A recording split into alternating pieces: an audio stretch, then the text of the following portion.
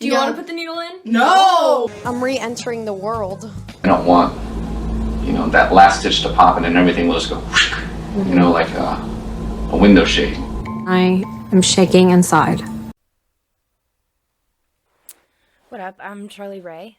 Today I'm here to show you a new series that I've been working on called Social Justice Cults, where I analyze basically online social justice movements and describe how they use different aspects of behavioral control.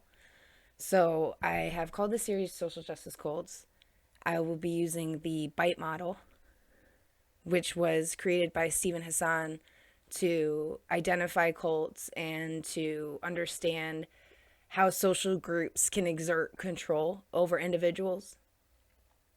The BITE model is a really useful resource. It basically has an entire list of all the different kinds of control that a social group can exert over a person. And essentially, the more qualities a group has and the more intense those qualities are, the more control the group is going to be able to exert over a person. So it's sort of like a web or a network of behavioral controls. So today we're just going to be going over one thing on the list. This is going to be a long series because I'm going to go through it bit by bit.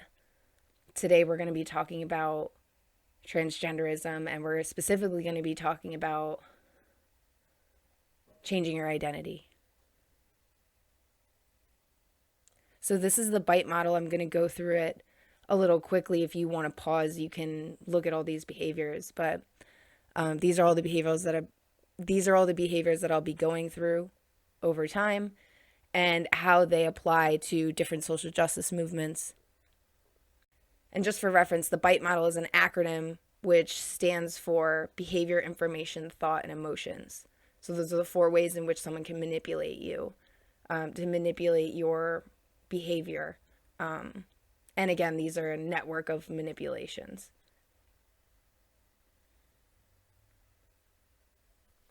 Today we're going to be looking at the 3rd letter in the acronym thought, and one of the subcategories of thought, which is changing your identity or possibly even your name. One of the reasons why I wanted to start off transgenderism, social justice cults on this topic is that changing your name and your identity is the core of being transgender. So this to me was one of the biggest red flags. This is such an obvious thing that's happening in transgenderism. Not only are people switching their identity, but they're switching their identity fraudulently. So they're saying that there's something they're not. They're not just calling themselves a new name. They're saying that there's something they're not. I would also like to point out that this movement changes the identity of other people as well. So if you don't agree with transgenderism or you don't want to change your identity is still changed because you're now a cis person. This is a little wordplay of the new ideology, which does exert social control. Any way you swing it, if you want to enter into this world or be accepted in this world, you have to change your identity. You have to change your perception of yourself. If you are a cis, you have to perceive yourself as cis, and you can't perceive yourself as who you are because of your body, because of your sex, because that would be transphobic. So let's get into identity switching a little bit. There are many reasons why people change their style, change their look, change their name. You might change your name because you have a parent you don't get along with and you don't want their name. You might change your name because you got married.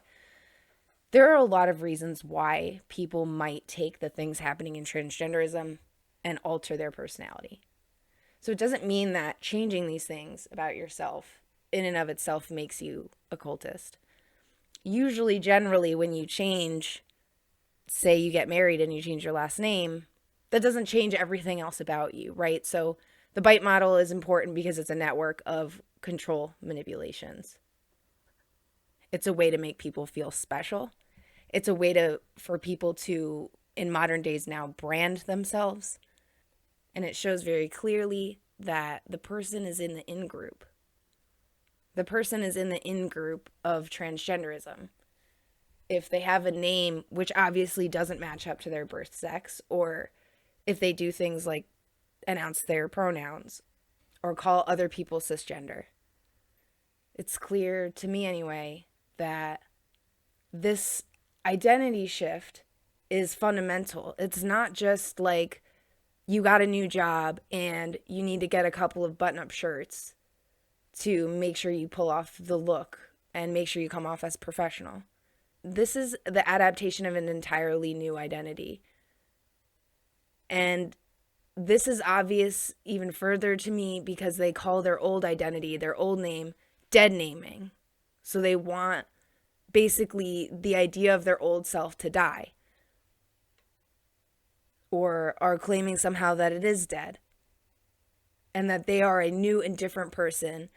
They've even claimed that being transgender means that you are reborn. These ideas, again, they do not stand alone. They operate within a network of behavioral controls, which means that they mean something a lot more than what they mean. If I wanted to change my name to Bob, it would be one thing to just ask the people around me to call me Bob. It's just the name that I want to be called. It's just the name that I seem to prefer. But it's another thing entirely to say that calling myself Bob makes me something that I'm not, that everyone has to accept that it makes me something that I'm not, that everyone else is then changed and is another subcategory because I'm confused about my sex and because I'm trying to change my identity into something that I'm not. It changes everything about themselves, and it changes the trajectory of their entire life. It changes how you are meant to view yourself because of how they have changed their identity. If these other issues weren't involved and people were just trying on new clothes or changing their names, we wouldn't have the problems that we're having.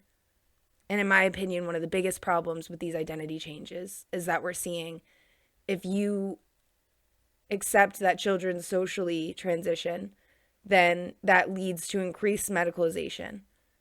So this is not a simple transition. These transitions can cost hundreds of thousands of dollars.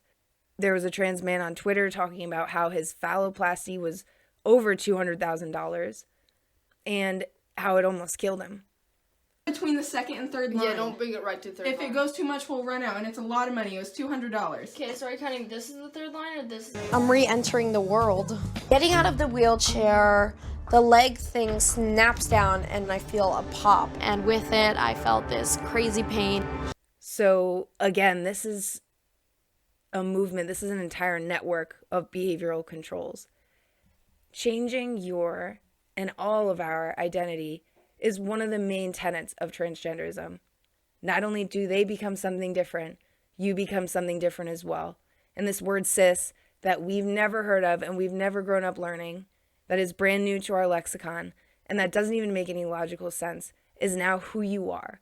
You identify with your gender, even though gender isn't identifiable, and everybody feels differently about it.